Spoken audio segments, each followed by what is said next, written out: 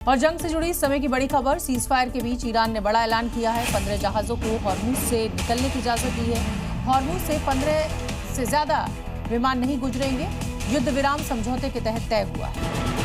बंगाल की रैली में प्रधानमंत्री नरेंद्र मोदी का टीएमसी पर बड़ा प्रहार, कहा ममता की पार्टी के पापों का प्याला भर गया है। 4 मई के बाद हर गुंडागर्दी का हिसाब लिया जाएगा। 3 राज्यों में विधानसभा चुनाव के लिए वोटिंग है जारी। असम 126 सीटों पर मतदान, तो वहीं 722 उम्मीदवारों की किस्मत का होगा फैसला। सुबह 11 बजे तक 38.92% हुआ मतदान।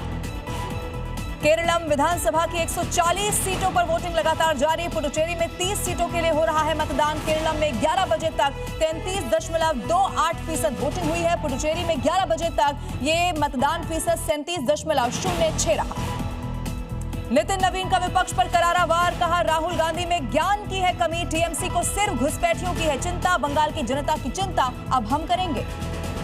महिला आरक्षण पर प्रधानमंत्री नरेंद्र मोदी का बड़ा संदेश, कहा नारी शक्ति के दम पर बनेगा विकसित भारत। महिला आरक्षण आज की सबसे बड़ी जरूरत। बंगाल में चुनाव से पहले बीजेपी उम्मीदवार का ऐलान, बोले बंगाल में नहीं बनने दूंगा बाबरी, जरूरत पड़ी तो करूंगा। अयोध्या जैसी कार सेवा, कोलकाता पोर्ट से बीजेपी उम्मीदवार हैं राकेश सिंह। इंदौर नगर निगम में वंदे मातरम गाने पर बवाल की खबर, कांग्रेस पार्षद फौजिया खान का वंदे मातरम गाने से इनकार। हंगामे के बाद सभापति ने कांग्रेस पार्षद को सदन से निकाला बाहर। नोएडा में मौत का एक और गड्ढा, सेक्टर 94 में बने गड्ढे में गिरकर एमआईटी के छात्र की मौत। परीक्षाएं खत्म होने के बाद पार्टी करने गए थे छात्र, दोस्तों के साथ पानी में नहाने उतरा था हर्षित।